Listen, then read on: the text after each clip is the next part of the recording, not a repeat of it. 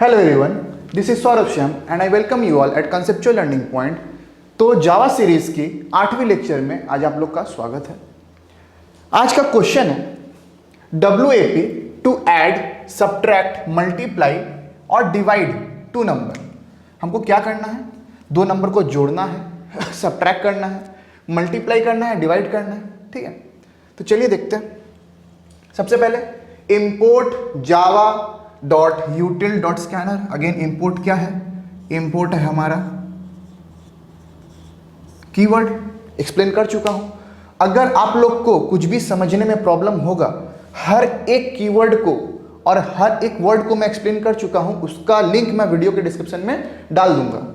ठीक है, तो इंपोर्ट क्या है? इंपोर्ट है कीवर्ड। ये कीवर्ड क्या करता है? जावा के लाइब्रेरी को अपने प्रोग्राम में इनहेरिट करवा देता है। ठीक है, इंपोर्ट जावा की लाइब्रेरी को बुलाओ। अब लाइब्रेरी में बहुत सारा पैकेजेस होते हैं, लाइब्रेरी के अंदर बहुत सारे पैकेजेस होते हैं। उसमें से एक पैकेज है यूटिल। यूटिल क्या है? Utility package, utility package. ठीक है, जावा क्या है? लाइब्रेरी। ठीक, डॉट क्या है? ऑपरेटर। डॉट क्या है? Dot operator. ये एक इंस्टेंस की तरह काम करता है, ये ऑब्जेक्ट बनाता है। ठीक है, जावा के अंदर जाना है तो डॉट ऑपरेटर का यूज करके हम एक पर्टिकुलर लाइब्रेरी के मेथड को एक्सेस कर सकते हैं। ठीक है, तो यूटिल पैकेज के अंदर जाना है। अब यूटिल पैकेज के अंदर बहुत सारा क्लासेस है, प्री डिफाइंड क्लासेस है। उसमें से एक क्लास है स्कैनर। स्कैनर क्या है अपना? Pre defined class. Scanner input लेने में हेल्प करता है। यूजर जो भी इनपुट देगा वो एग्जैक्ट अपने प्रोग्राम में आ रहा है कि नहीं, रन कराते टाइम, उस टाइम में ये हमको हेल्प करता है। ठीक है, अच्छा, अगला क्या है अपना? अगला है अपना पब्लिक। अगला क्या है? अगला है पब्लिक। पब्लिक क्या है? Access specifier. Access specifier. ठीक है, चार टाइप के एक्सेस स्पेसिफायर होते हैं, पहले भी बता चुका हूं। Public, private,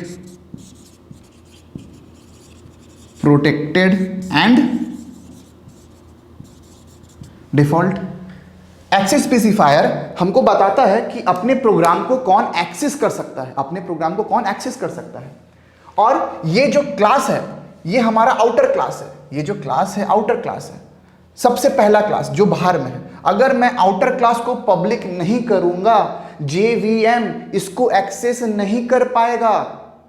JVM outer class को एक्सेस नहीं कर पाएगा, क्योंकि JVM Java virtual machine class के बाहर से किसी क्लास को एक्सेस कर सकता है।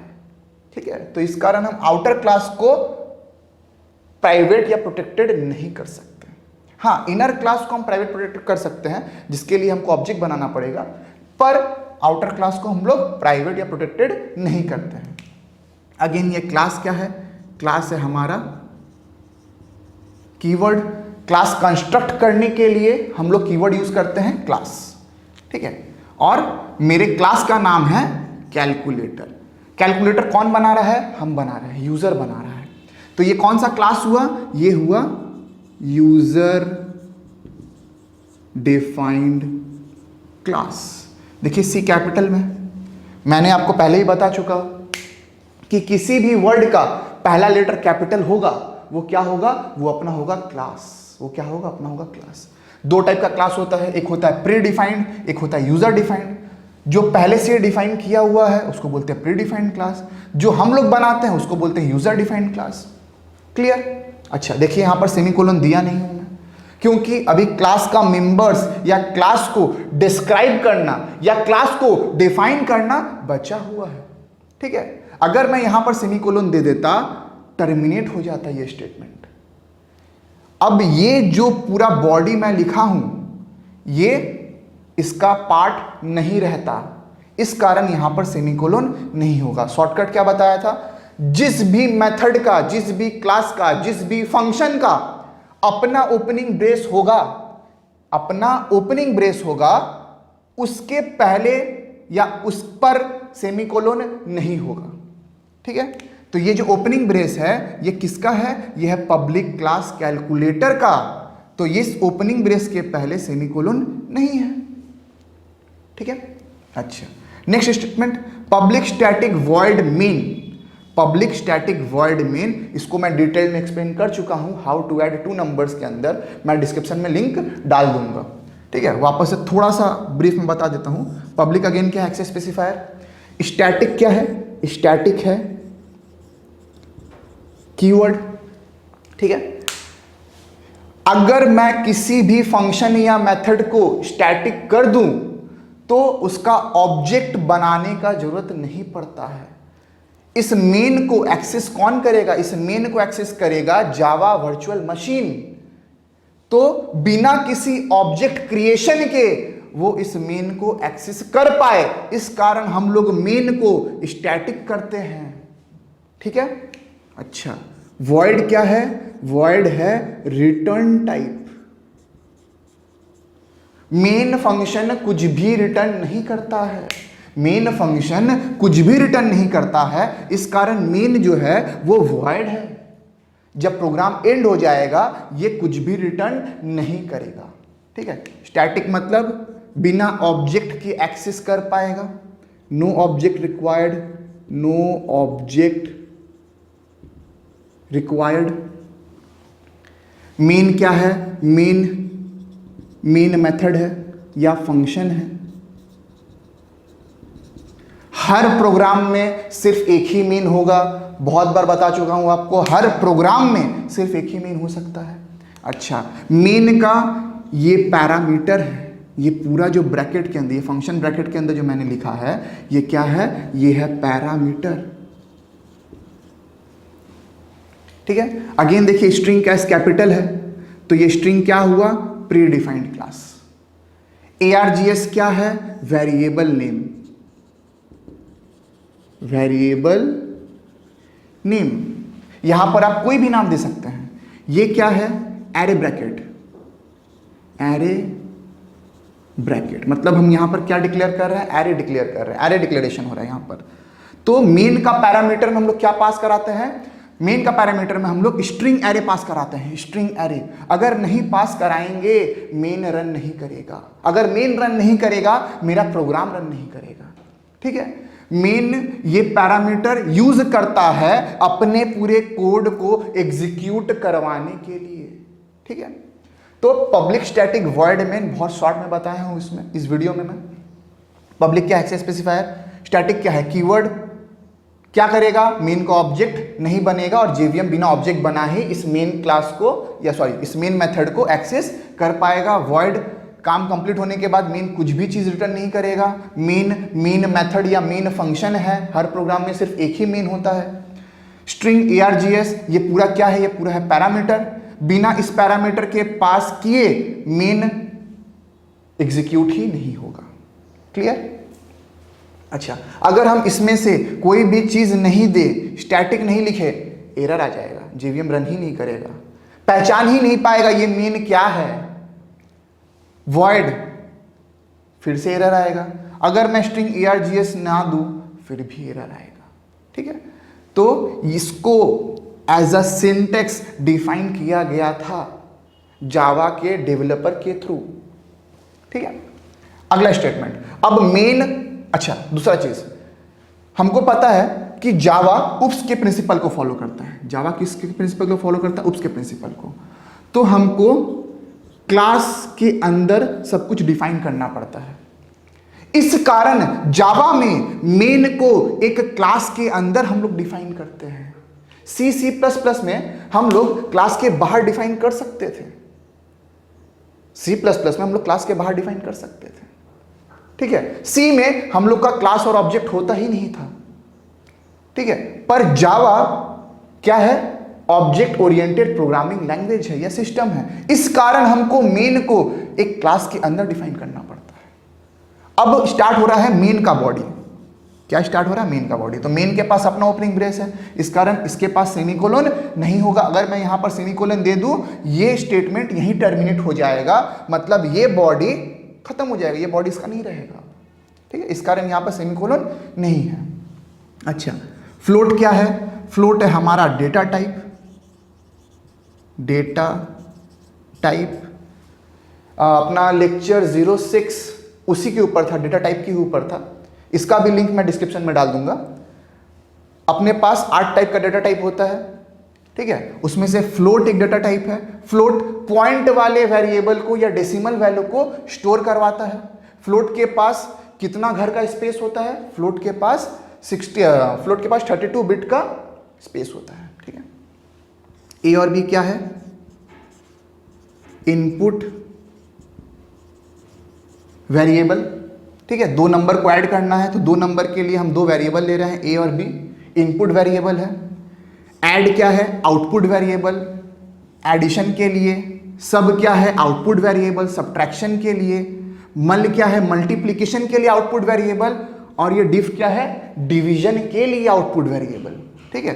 तो इस स्टेटमेंट, इस लाइन में हम लोग क्या किए हैं? वेरिएबल डिक्लेयर किए हैं, वेरिएबल डिक्लेरेशन।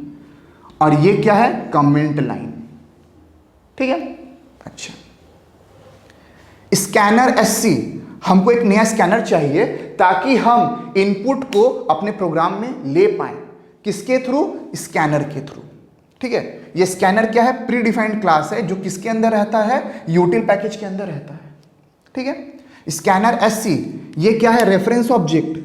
एससी के थ्रू हम किसी नंबर को अपने प्रोग्राम में ले पाएंगे, ठीक है।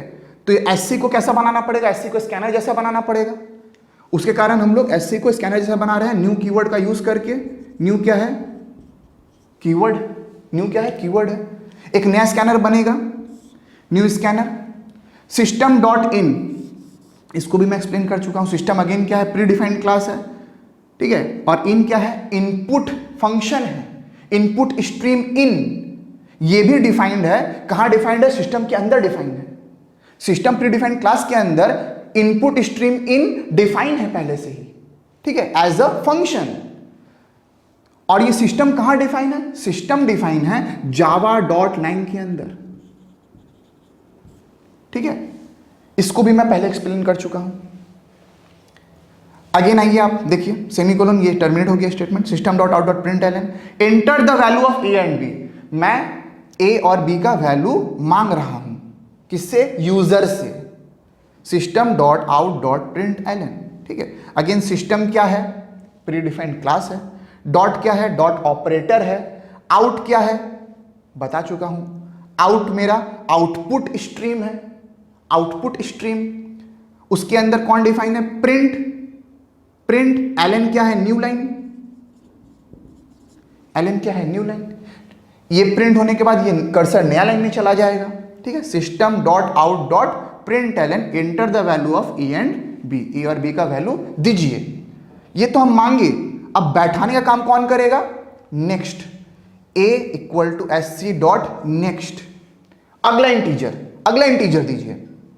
ए is equal to S C dot next float. वो इंटीजर कैसा होना चाहिए? फ्लोट जैसा होना चाहिए। S C dot next float function bracket semicolon. B is equal to S C dot next float function bracket semicolon. ये 2 स्टेटमेंट क्या करेगा? ए और बी के अंदर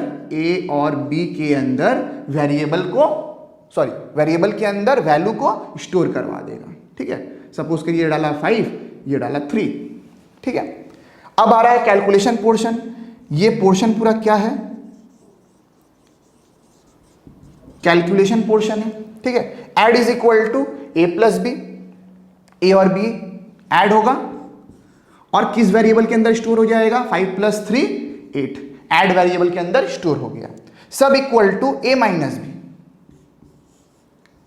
सब equal to A minus B 2। किसके अंदर स्टोर हो गया? सब के अंदर स्टोर हो गया। जिसके अंदर स्टोर करवाना है वो लेफ्ट हैंड साइड में होगा और जिसको स्टोर करवाना है वो राइट हैंड साइड में होगा। सारा कैलकुलेशन कहां होगा? राइट हैंड साइड में होगा। Mul equal to A into B, तो ए इंटू बी होगा 5 × 3 15। ये किसके अंदर स्टोर हो गया? मल के अंदर स्टोर हो गया, ठीक है। div equal to a/b। अच्छा, a/b। 5 को 3 से डिवाइड करेंगे, क्या हुआ? 3 × 1 = 3, रिमाइंडर आया 2। लेकिन ये क्या है? ये स्लैश किसको कैच करता है? स्लैश कोशेंट को कैच करता है, स्लैश कोशेंट को कैच करता है। तो क्वेश्चन कहां चला जाएगा, डिफ के अंदर 1। ठीक, अगेन आ रहा system dot out dot print ln, क्या प्रिंट होगा, द एडिशन रिजल्ट इज, किसी भी टेक्स्ट को हम लोग डबल कोटेशन के अंदर लिखते हैं, ठीक है, प्लस, बार बार बता चुका हूं, प्लस यहां पर एडिसिव का काम करता है, ठीक है। तो हमको आउटपुट में क्या मिलेगा, द एडिशन रिजल्ट इज 8। उसके साथ देखिए मैं एक नया लाइन जोड़ रहा हूं, नया लाइन जोड़ने के लिए फिर से मैं प्लस का यूज करूंगा, plus the subtraction result is, the subtraction result is, plus सब टू वैल्यू जो सब का था वो आके यहां पर जोड़ दिया, सटा दिया, ठीक है। अगेन प्लस, अगेन एडिसिव का काम करेगा, फेविकॉल की तरह काम करेगा, जोड़ देगा स्टेटमेंट को, the multiplication result is plus mul that is 15 and the division result is 1, ठीक है। Closing brace of public static void main and closing brace of public class calculator, ठीक है। आशा करता हूं आपको ये लेक्चर समझ में आया होगा। बहुत सारा चीज को मैं स्किप किया हूं क्योंकि ये बहुत अच्छा से मैं डिफाइन कर चुका हूं, जिसका लिंक आपको डिस्क्रिप्शन में मिल जाएगा। तो मिलता हूं आपसे अगले लेक्चर में। आप लोग लाइक सब्सक्राइब शेयर कर दीजिएगा, जिसको भी जरूरत पड़ेगा जावा के लिए आप उसको रेफर करिए मेरी वीडियोस। Thank you.